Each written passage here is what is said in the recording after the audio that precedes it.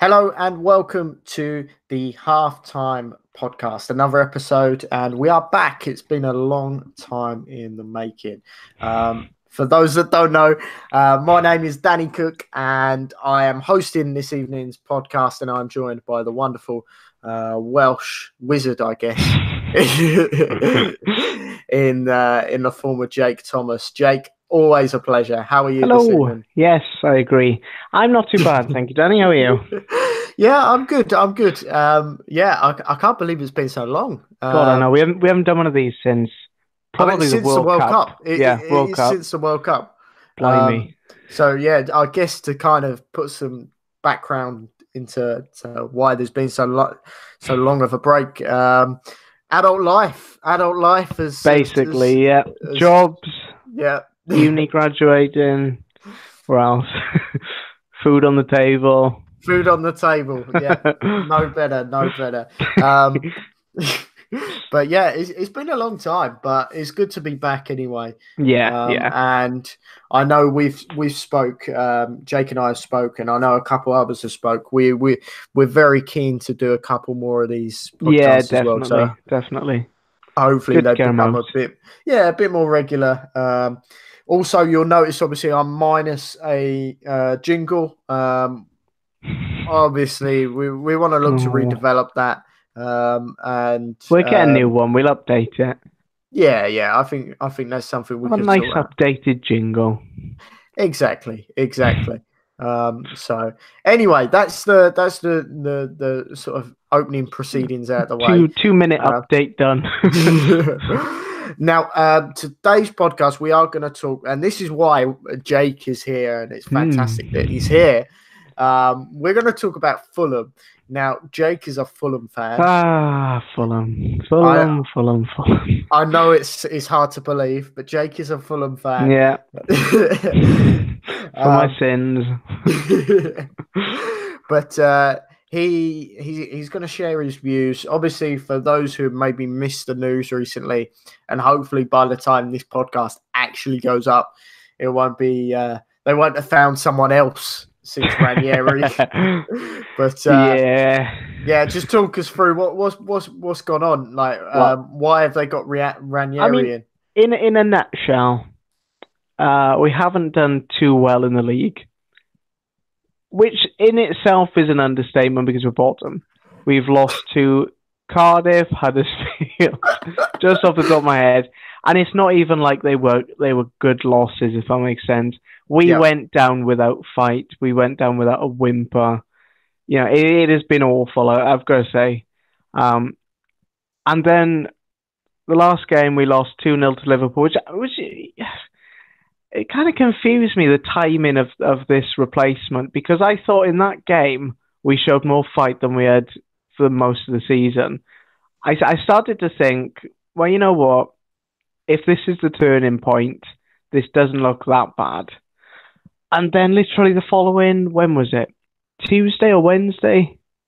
I can't remember what day exactly. It was a bit strange, wasn't it? I mean, it was very strange, yeah. I get why you would. I can see why clubs make changes in international breaks. Full stop. Anyway, it gives you time. I mean, Ranieri's. I mean, by the time this comes out, this podcast, Ranieri's probably about to have his first game. So yeah, quite possibly. He's got 2 weeks or a week and a bit to work with the players anyway that are still there. Yeah. I mean, if I'm honest, I thought after the Huddersfield result, I thought that's it. You know, Slav, as much as I love him, he's lost it. He's lost the players. They didn't look like they wanted to be there. They didn't look like they wanted to play for him. And I thought, if you don't get rid of him now, we are going to be stuck with him for the season. So why did they give him Liverpool then? Why that's what puzzles me. Yeah, I mean, I was surprised, but I think the more I sort of think about it and the more I read, the more it actually makes sense to me. I think it would be unfair and probably quite demoralising in a way to get rid of him after Huddersfield and throw a new manager who doesn't know the squad straight into a game against Liverpool, who could, you know, potentially going to win the league this year. So I think, in a way, that Liverpool game was irrelevant to whether Slav went or not. I think the period from the Huddersfield game to Liverpool was when they were looking for replacements. And with the timing of the international break, it meant that they could do the interviews, decide on a replacement, give Slav, the Liverpool game, wherever, let it tick over into the international break, and then throw a new manager into the mix. Give him time to know the squad. So in that sense, I kind of understand why they've done it. Yeah, I think, this is going to sound ludicrous. It's probably conspiracy theory overload, but I probably feel, as an outsider looking in, that maybe the Fulham board already knew that he was going to go. After the Huddersfield game. So, yeah, I think so. Because for me, the Ranieri, right? Just completely off here, but Ranieri is an amazing appointment for Fulham. Appointment. Yeah, I agree. And so, I think the key with Ranieri is going to be that he's very much a good man manager. And I think a lot of the problem at Fulham at the moment is bad attitude. And I think with Ranieri, you're going to get a manager who the players will hopefully respect. Not that they didn't respect Slav at all, but I think they're going to want to play for Ranieri. They're going to want to do well for Ranieri. And I think the way he's going to set them up as well. He's already talked about, the Italian steel in defence. Yeah. Because that defence is appalling. But it doesn't help when... I would agree. Yeah, it's not great. I don't think we've even had a settled back five all season. Just to jump in, you know what? Having watched some of you, I've not watched all of your games. I've not seen all of them or highlights from all of them. But from those that I've seen, I watch it and it just stands out and reminds me of Norwich 2014-15 kind of thing. That's exactly what I said. When you got Bassong at the back and Michael Turner, and you're just like, it's a shambles. It's an accident. It's a car crash. It's waiting to happen. Yeah, and a lot of it comes down to individual mistakes that is reinforced by bad tactics. Now, I understand that you want to keep to a different style, but at the end of the day, if it doesn't work, you've ultimately got to ditch it and find something else. And I think that's where Slav sort of fell down a bit. It was constantly trying to be played out from the back, which put pressure on the players to try and build it up where they'd make mistakes and we concede. Exactly. Now, I'm just going to nip over Harry. So Harry's iPad has just lit up and is now wanting to speak to me. So I'm just gonna turn that off before I set anything else off. Basically, I do feel like that with Fulham. I feel like defensively they were a little bit all over the show. Oh, completely. You don't know the half of it. It's a very strange. Keep talking. It's a very strange situation. Sessegnon, who stormed the season last season in the Championship at left wing, he was resorted back to left back, which, in fairness to him, he didn't do that badly. But when you're bottom and you're playing teams like Huddersfield and Cardiff and teams like that, you don't want not bad. You want to be able to make a statement against them, like we're not like you, without trying to sound too thing.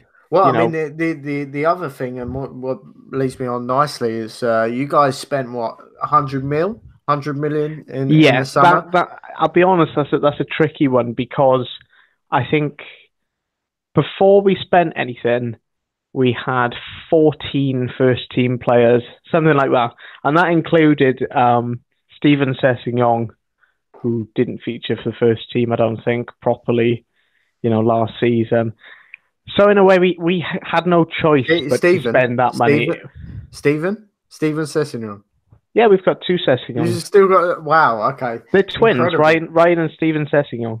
Ah, Okay. I've Yeah, not seen Stephen. little bit of trivia knowledge for you. There you go. I was just checking. Yeah. I think Stephen's a right back.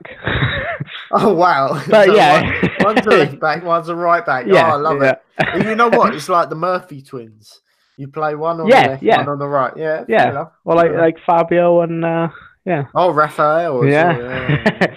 But yeah. So in one way, I kind of think recruitment was still very, very sort of poor in the sense of we didn't bring in any Premier League experience or not much Premier League experience. Well, you bought well, not the right Premier League experience.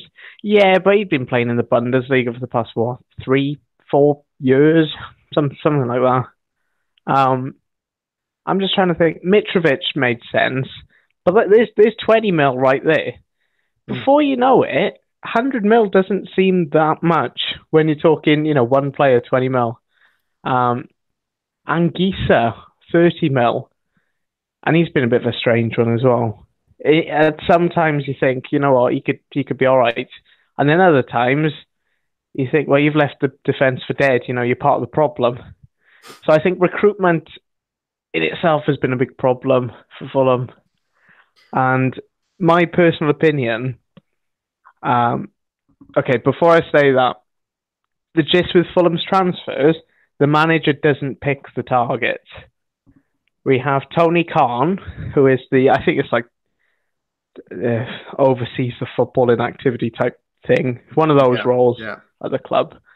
Tony Khan, the owner's son, he picks the players based on stats and discussing with the head coach or manager or whoever's in that position. But the managers themselves don't actually pick the players. So when you say Slav spent 100 mil, Slav didn't spend 100 mil. Slav got players that cost 100 mil and was told, there you go, work with those. So it's not as black and white as it might look to the outside. But still, that aside, the summer recruitment policy wasn't great. It didn't quite go to plan, I don't think. Well, we're very fastly running out of time. It must have been that 2-minute intro. Oh, blimey. But we're coming to the end. Now, that was just more of a rant. No. That was just me getting it all out of my system. Pure passion. Yeah.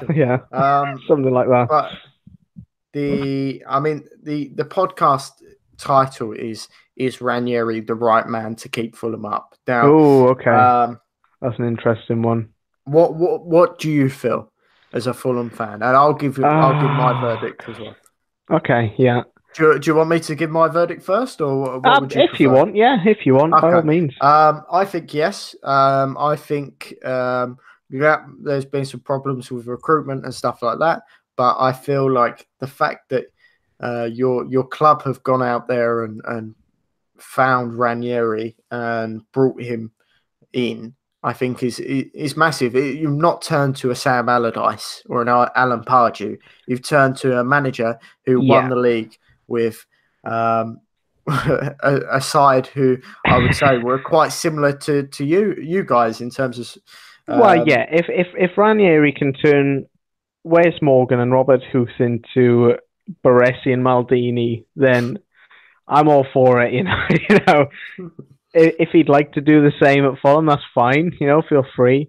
I think if anyone's going to do it at the moment, Ranieri's probably the best bet. And I'm glad you brought up about Sam Allardyce and Pardew, because they were the ones I was dreading. At times it might have felt like, well, you know what, maybe that's what we need. But no, I think Ranieri's a good choice. And I think if anyone can pull it off, then it's going to be him. I think it's a superb choice. Like I genuinely feel that I think it's a bit of a coup, if I'm honest. It definitely feels like we sort of. It feels like he should be going, and I mean, obviously he won the title, but we can't get too carried away with what it was. But I still feel like now he would still be able to walk into an Everton. He'd still be able to work. Yeah, I can't see why not, personally. So yeah, he's got the credentials, he's got the CV, in the nicest way possible. Why is he going to Fulham, who are bottom of the table? Yeah. No, I completely get what you're saying. Yeah, with a team that has looked defeated before they've walked out the tunnel. And I think if anyone's going to bring back a harmony and a team spirit and will know how to get the best out of what is clearly a talented squad, then there's no reason why he can't succeed. Perfect. And you was bang on 15 minutes there, right there, Jake. So thank you very much. That was eloquently done. I love that. If only we still had the whistle in. Because that whistle would have literally have finished. That would have been brilliant. We can edit that in. That's more work. That's more work for me. Yeah, that's true. Don't edit that in. But that was so good. Unfortunately, we ran out of time. However, what I will say is let's carry on this debate. Let's take this debate to the comment section. Yeah, that sounds good. And podcast-wise, I think this is going to be something you and I, and maybe we'll get some more panelists. We're going to have a chat about this a bit more. I think that sounds like a good idea, yeah. I'm going to check my calendar and see when I'm free now, actually. Perfect. Try and get a regular schedule going. Sounds fantastic to me. But let us know if you're listening in. Let us know your thoughts. We'll have a poll below, and we'll also have the comment section, of course. Just chuck any comments you got down there regarding Ranieri and Fulham, or Jake's beautiful Welsh voice. A lot of people around here say they either say I've got a really strong accent or I don't sound that Welsh. It's really strange. I needed to come back. You're a lucky guy. I'm always gonna have my East London. Nothing wrong with that. Nothing wrong with that. But yeah, honestly, Jake, it's been an absolute pleasure. Pleasure's all mine. Thank you for having me on. No, thank you. Hope to be the first of many. Let's hope so. What's your Twitter handle so people can go and follow you and see my insight and my rant? Send you lots of love on Twitter. What's the best way? JT1196. Perfect. Mine is at Danny Cook 1996. Worth a follow. That is worth a follow. I believe anyway. Unless I've changed it, I might have changed it. I think it's still that. I think it's still that. Yeah. Classic. But on that note, that brings us to an end of another halftime podcast. Thank you very much once again, Jake, for coming on. Thank you very much. Not a problem. And thank you very much for listening. And we will hope to be back very, very soon with a lot more podcasts for you. So take care and hope to see you again soon. Goodbye.